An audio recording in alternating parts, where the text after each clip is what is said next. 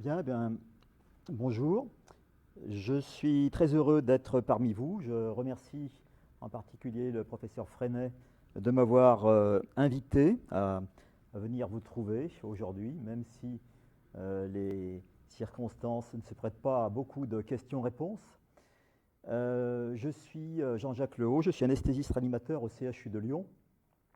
J'ai passé une bonne partie de ma vie dans des services de réanimation. Une photo, par exemple, lors d'une nuit de la Saint-Sylvestre. Vous voyez, ce n'est pas ce dont on peut rêver, mais c'est pour montrer qu'il y a une équipe avec des médecins, anesthésistes réanimateurs, et des infirmiers, des aides-soignants en réanimation, des équipes très soudées qui ont le devoir de très bien s'entendre, bien sûr. Alors, un tout petit peu d'historique avant de parler de réanimation. Je parlerai d'abord de maladies infectieuses. Lors de ces 150 dernières années, on va commencer par la guerre de 1870, où 23 000 soldats français périrent de la variole contre moins de 500 chez les Allemands. Évidemment, les Allemands étaient vaccinés, nous, on ne l'était pas. Et c'est pour ça que le maréchal Bazaine, qui a été accusé de la défaite, n'était pas le seul responsable, loin de là. Ensuite, on passe en 1894, où un citoyen suisse qui s'appelait Alexandre Yersin est devenu médecin militaire français et a découvert le bacille de la peste en 1894, et il a vraiment marqué le pays où il a vécu, c'est-à-dire le Vietnam, où il y a toujours la présence de l'Institut Pasteur. Alors après, c'est Paul-Louis Simon qui, travaillant toujours sur la peste, a trouvé le vecteur qui amenait la peste à l'homme, c'était la puce. C'était aussi un médecin militaire, de même qu'Alphonse Lavran, qui a eu le prix Nobel en 1907 pour la découverte de l'agent du paludisme, l'hématozoaire du paludisme. Et puis plus tard, Calmette et Guérin, qui ont inventé le vaccin contre la tuberculose, le BCG. Puis Eugène Jameau, qui a travaillé sur une maladie qui s'appelait la maladie du sommeil, qu'on appelle aussi la trypanosomiase. Donc il a beaucoup travaillé en Afrique.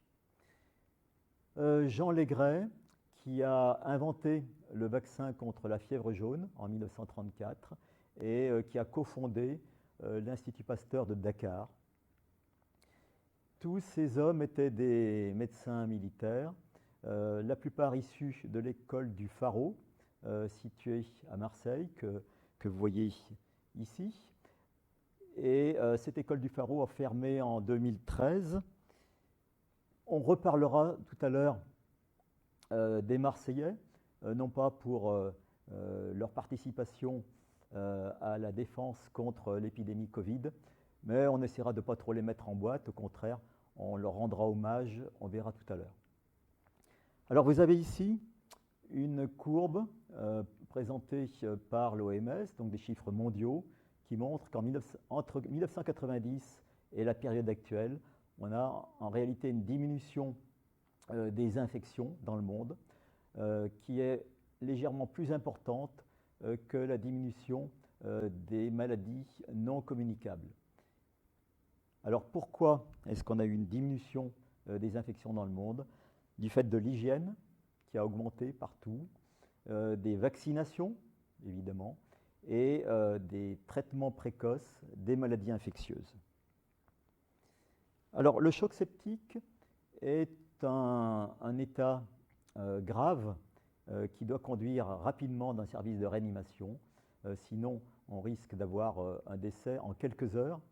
Et actuellement, on a en France 5000 décès environ par an de choc septique, c'est-à-dire association d'une infection, d'un sepsis sévère, avec une chute de la pression artérielle, avec les conséquences qui s'en suivent. Et donc ces décès sont actuellement plus nombreux que les décès par accident de la circulation. Et le pronostic du choc septique est amélioré par une reconnaissance précoce durant les premières heures. C'est pour ça que je vais vous donner simplement un petit truc pour le débrouillage de ces situations que chacun peut appliquer sans être médecin ou infirmier.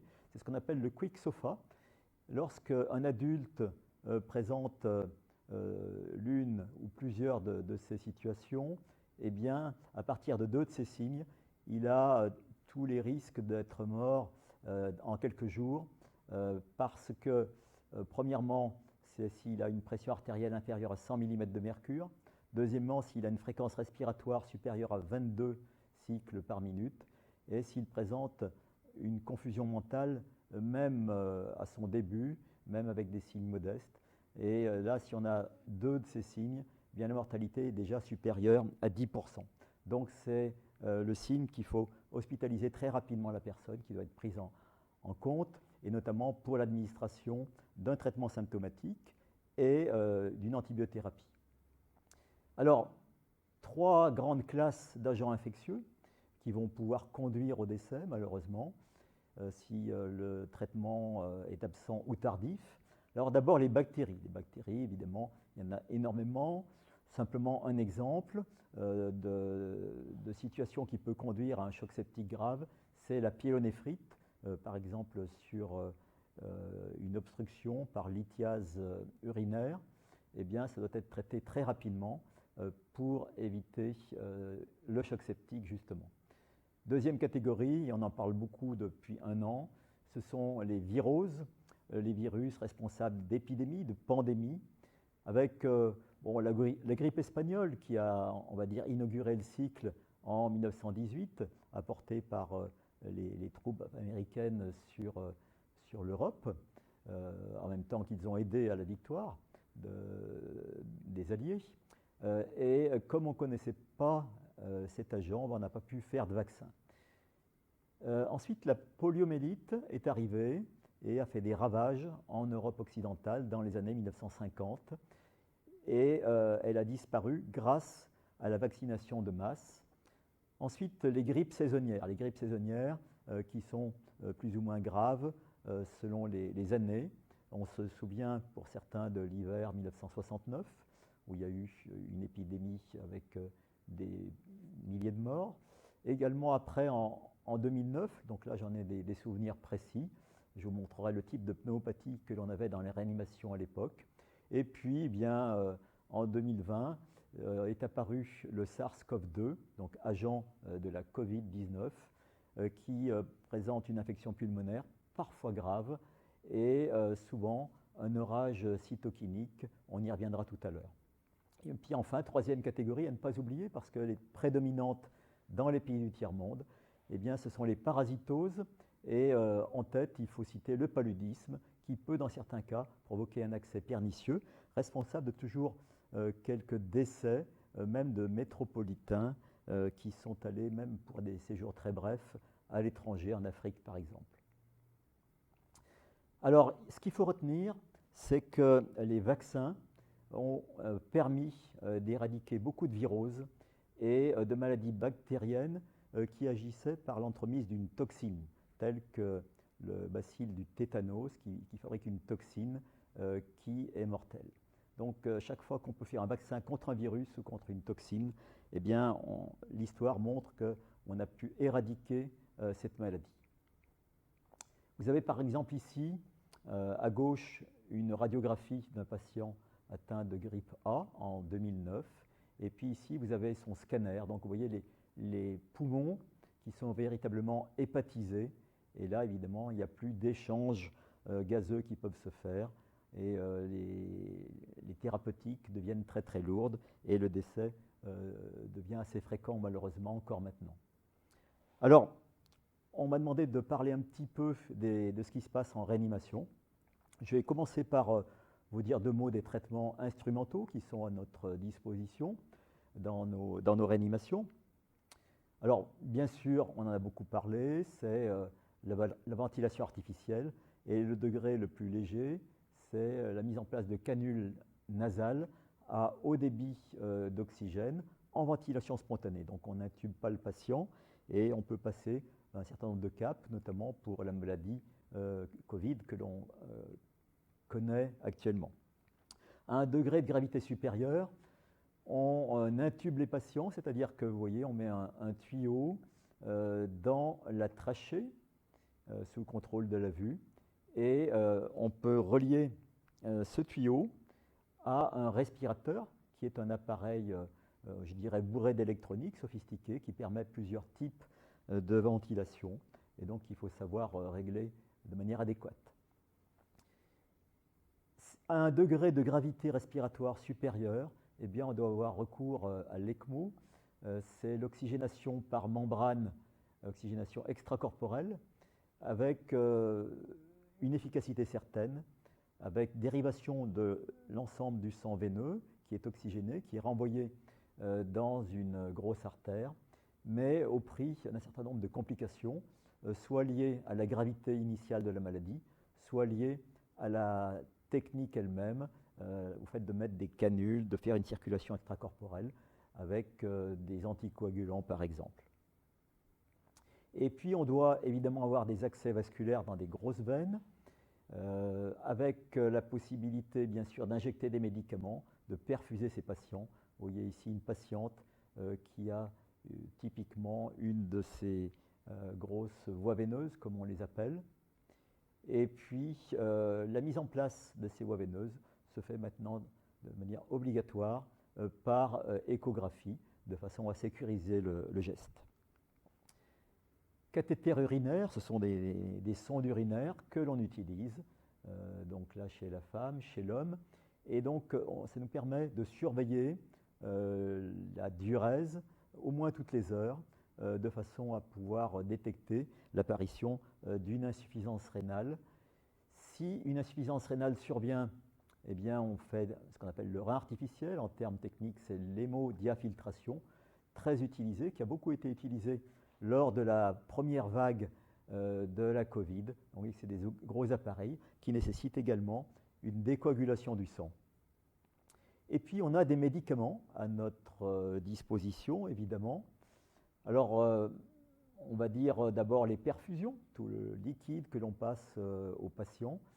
Pour les chocs septiques, par exemple, il faut en passer beaucoup, de l'ordre de 30 ml par kilo lors des premières heures.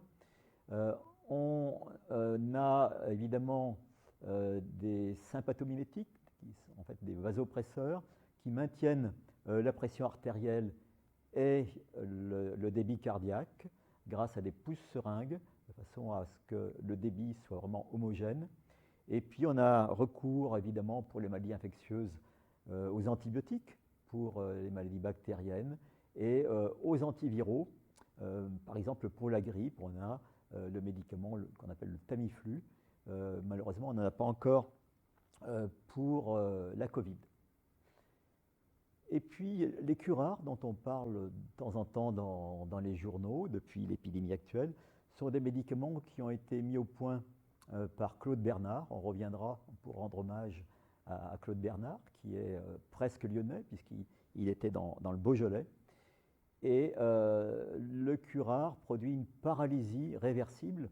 Alors, ça fait un peu peur, évidemment, mais le curare permet d'avoir une ventilation artificielle de meilleure qualité dans les cas graves.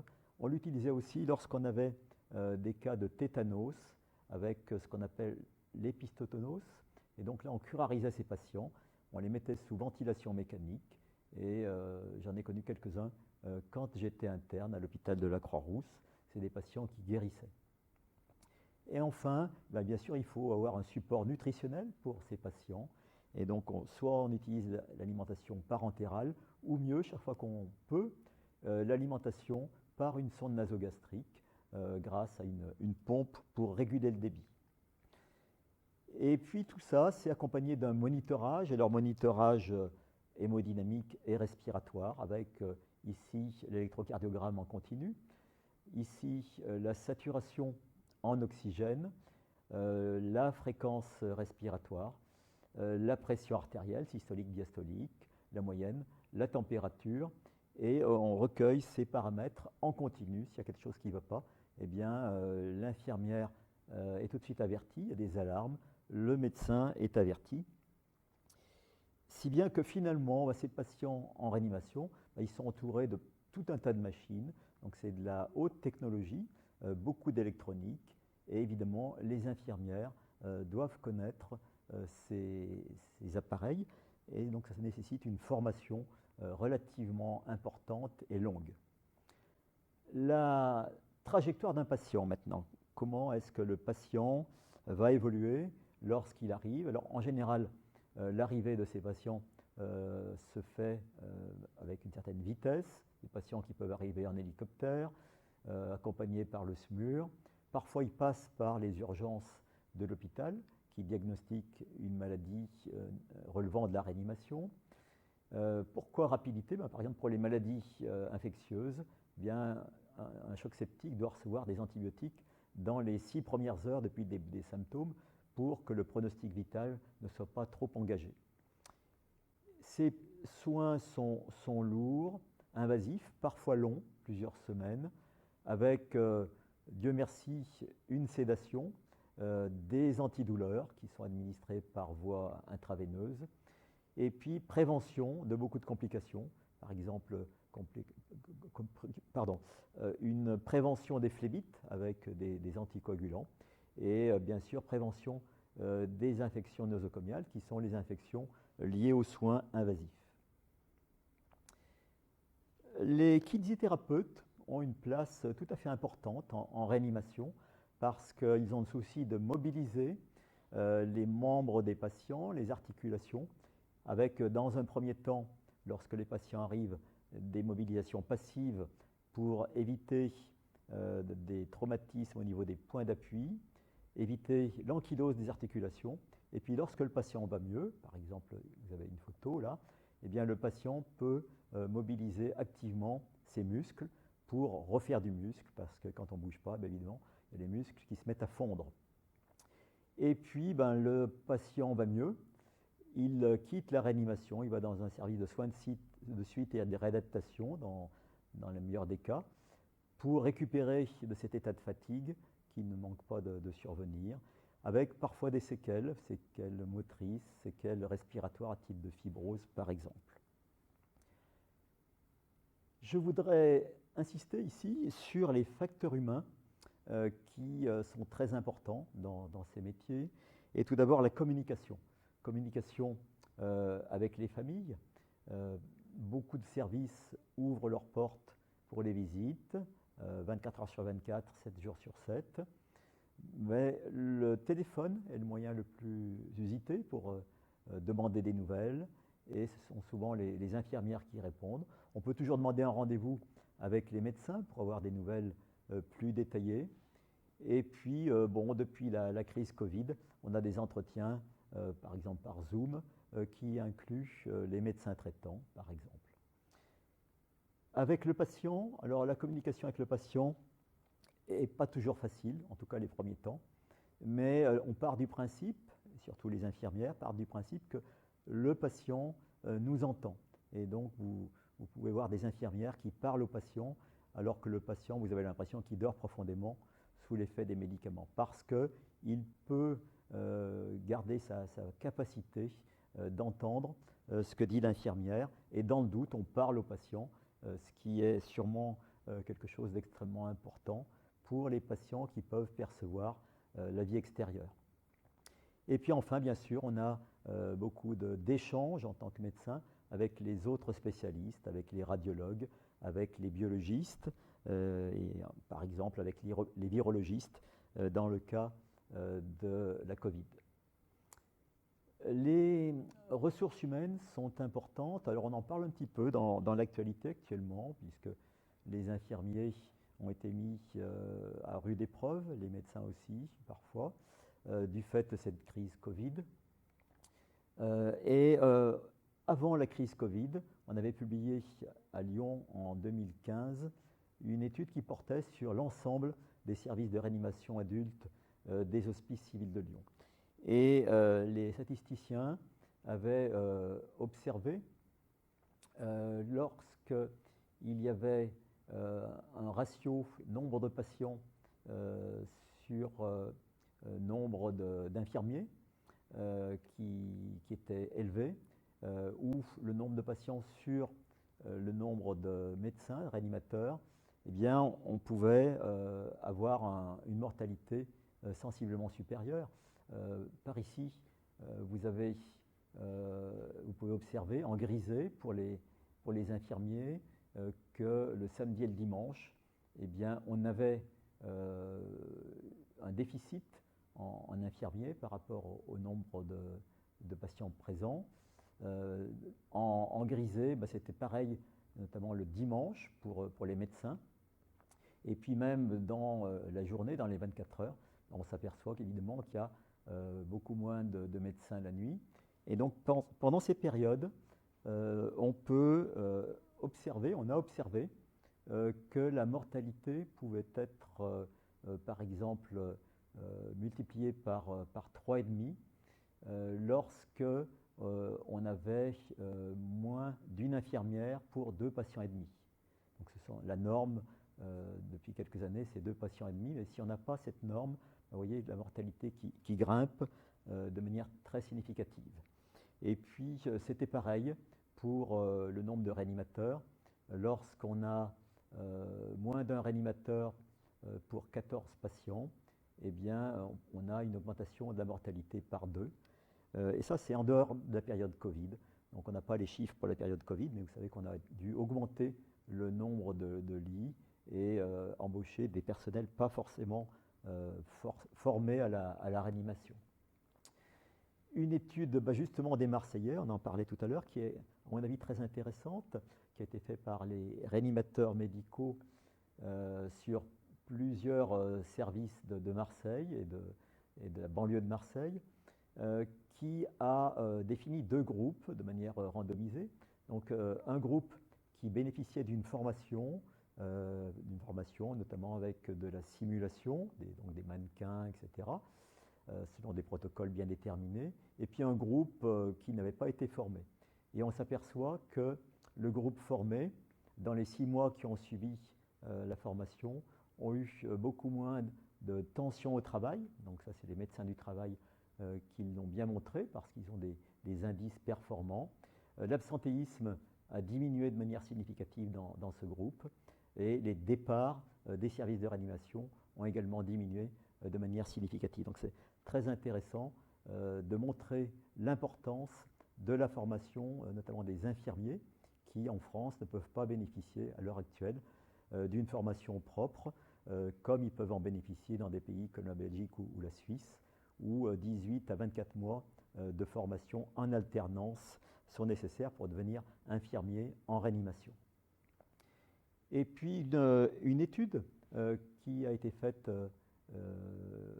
dans le Centre lyonnais d'enseignement par simulation, justement quand les équipes s'entraînaient à intuber un patient Covid pendant la première vague.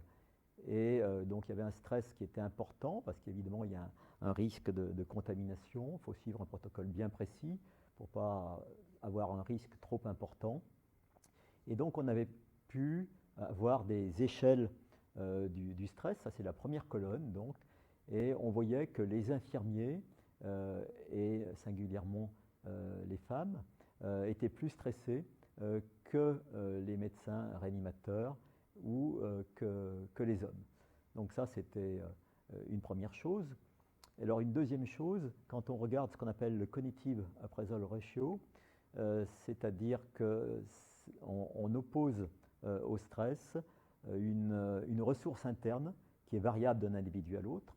Et quand on regarde le rapport de ces 2 facteurs, stress sur ressources internes, eh bien on s'aperçoit que ceux qui ont plus de stress mettent en avant davantage de ressources internes, et notamment les infirmiers et les femmes. Donc finalement, quand on regarde cet indice qui est bien connu des psychologues, tout le monde est à la même enseigne, et finalement le travail peut se faire avec les professionnels parce qu'il y a une réaction de l'individu au stress. Ça, c'est extrêmement important. Alors, c'est peut-être au prix d'une fatigue, évidemment. Alors, un petit mot sur la Covid-19, parce que je crois que vous êtes tous un petit peu au courant de du vocabulaire qui est utilisé dans les réanimations. Il y a eu beaucoup de médias. Et les symptômes de la Covid, ça peut être asymptomatique, mais on peut avoir un simple rhume, une fièvre, un peu de... donc c'est souvent le cas, notamment chez les jeunes. Et puis on peut avoir une forme pleine, une forme typique avec un début par fièvre, toux, douleur, céphalée, une fatigue souvent importante, et puis la gueusie, anosmie dont on a parlé. Et au scanner, on observe des images périphériques évocatrices en vert dépoli de ce type, vous voyez, au scanner, là. Et puis, quand on n'a pas beaucoup de chance, eh bien, on peut faire une complication, souvent vers le 7e jour, 7e, 8e jour, lorsqu'on a une personne à risque en particulier. C'est-à-dire, là, on peut faire une défaillance respiratoire avec ce fameux orage cytokinique dont on a beaucoup parlé. En fait, c'est une libération de facteurs de l'inflammation généralisée qui peut occasionner un véritable choc septique. Et puis, si l'on guérit, on peut avoir des séquelles respiratoires, fibrose, infarctus pulmonaire, parfois des séquelles neurologiques. Ces séquelles sont à différencier de ce qu'on appelle les Covid longs actuellement. Cas particulier des enfants. Chez l'enfant, le caractère symptomatique est rare et simplement les réanimateurs pédiatres ont observé quelques myocardites et des maladies de Takayasu, notamment pendant la première vague. Alors, quelles sont les personnes à risque de complications? Donc, je pense qu'on en a beaucoup parlé. Pendant les 2 premières vagues, c'était les personnes âgées qui présentaient une maladie chronique, hypertension, diabète. Et pendant la 3e vague, eh bien, du fait de la vaccination, ce sont les plus jeunes qui sont arrivés en réanimation, puisque plus de la moitié avaient moins de 60 ans. Bien sûr, l'obésité peut favoriser les formes graves, et puis les maladies et les traitements chroniques, l'immunodépression, les traitements par cortisone au long cours, insuffisance rénale chronique. À savoir qu'il n'y a pas de protection par le tabagisme, comme ça avait été dit de manière, on va dire, mensongère, lors de la première vague, puisque l'article a été retiré du fait des conflits d'intérêts de 2 des auteurs, et dans une revue britannique, Thorax, en 2020, pardon, c'est pas en 2021, ils ont mis en évidence une augmentation de 14% de la gravité des symptômes chez les tabagiques. Alors, les médicaments contre cette maladie, eh bien, on va commencer par la lutte contre les caillots sanguins. Il y a un pouvoir thrombogène de ce virus, donc on doit utiliser de l'héparine pour prévenir notamment ces infarctus pulmonaires. Et puis, lutte contre l'inflammation avec une corticothérapie. D'autres traitements également, bien sûr, le support respiratoire dont on a parlé, avec ou sans curarisation, et puis le décubitus ventral qu'on utilise depuis pas mal d'années, mais qui s'est développé à l'occasion de cette épidémie. Et puis, bien sûr, le rein artificiel qui est parfois nécessaire. Les immunoglobulines qui sont données pour ces patients maintenant, alors qu'on n'a pas d'antiviral absolument efficace, reconnu, mais ça viendra peut-être. Voilà, donc pour terminer, je vous montre un petit schéma qui montre le retentissement de cette maladie sur le fonctionnement des réanimations. Même dans les réanimations pédiatriques, comme c'est le cas ici, eh bien, il y a un changement de fonctionnement des services, avec même les autres patients dont le profil est sensiblement différent. Les virus respiratoires syncytiaux n'ont pas provoqué exactement la même maladie cet hiver qu'habituellement. Les présentations des enfants aux urgences ont été souvent retardées.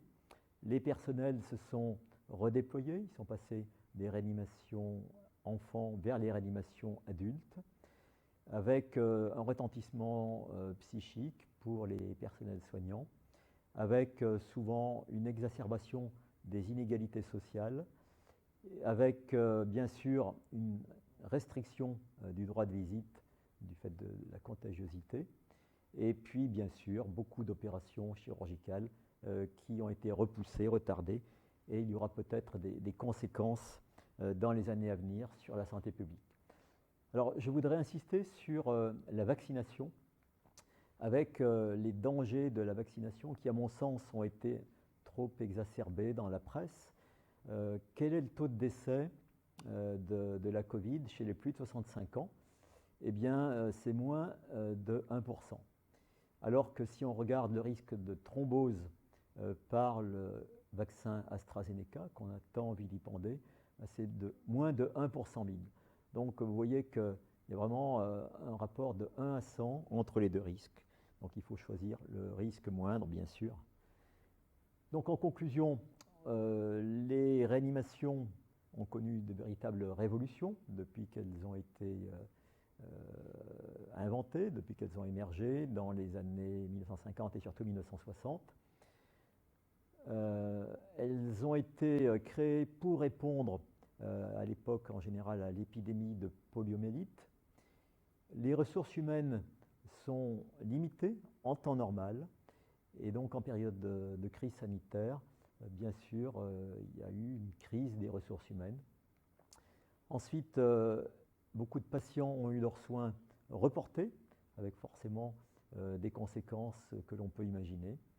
Et je voudrais terminer en parlant de la nécessité absolue de la prévention contre la Covid, avec les mesures barrières, la distanciation, la vaccination, évidemment, et même lors de la sortie de la crise, je crois qu'il faut encore prendre des précautions, probablement pendant plusieurs années, pour éviter ne serait-ce que d'encombrer les services de réanimation.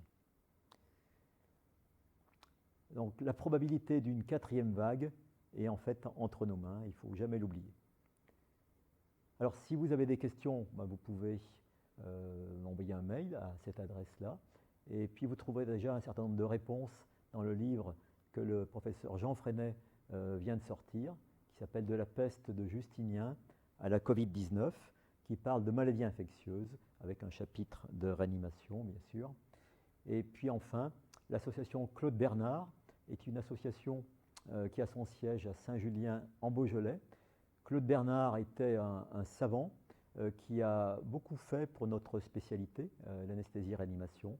Entre autres, je vous ai mis le schéma, il a inventé le mécanisme d'action des curares qui agissent au niveau de la plaque motrice. La plaque motrice, c'est la jonction entre le nerf et le muscle. Et donc, on doit l'invention des curares et la description du mécanisme d'action à Claude Bernard, qui est quelqu'un qui a vécu très proche ici. Il a travaillé à Paris, mais il est originaire de Saint-Julien en Beaujolais. Je vous remercie.